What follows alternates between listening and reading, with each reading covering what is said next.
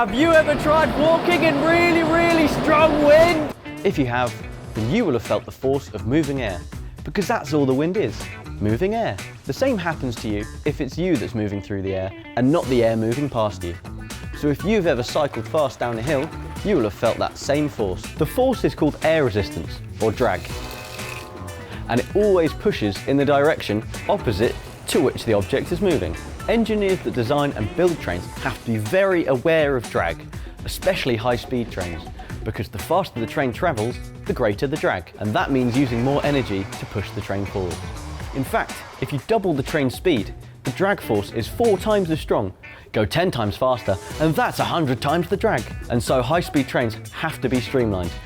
That's this sleek shape that cuts easily through the air, minimizing the drag. Trains that don't go so fast don't need to be so streamlined. At this exhibit in Wonderlab, the Bramall Gallery, you can experiment with the force of drag, increasing or decreasing the air resistance by changing the shape of your body. Decrease air resistance.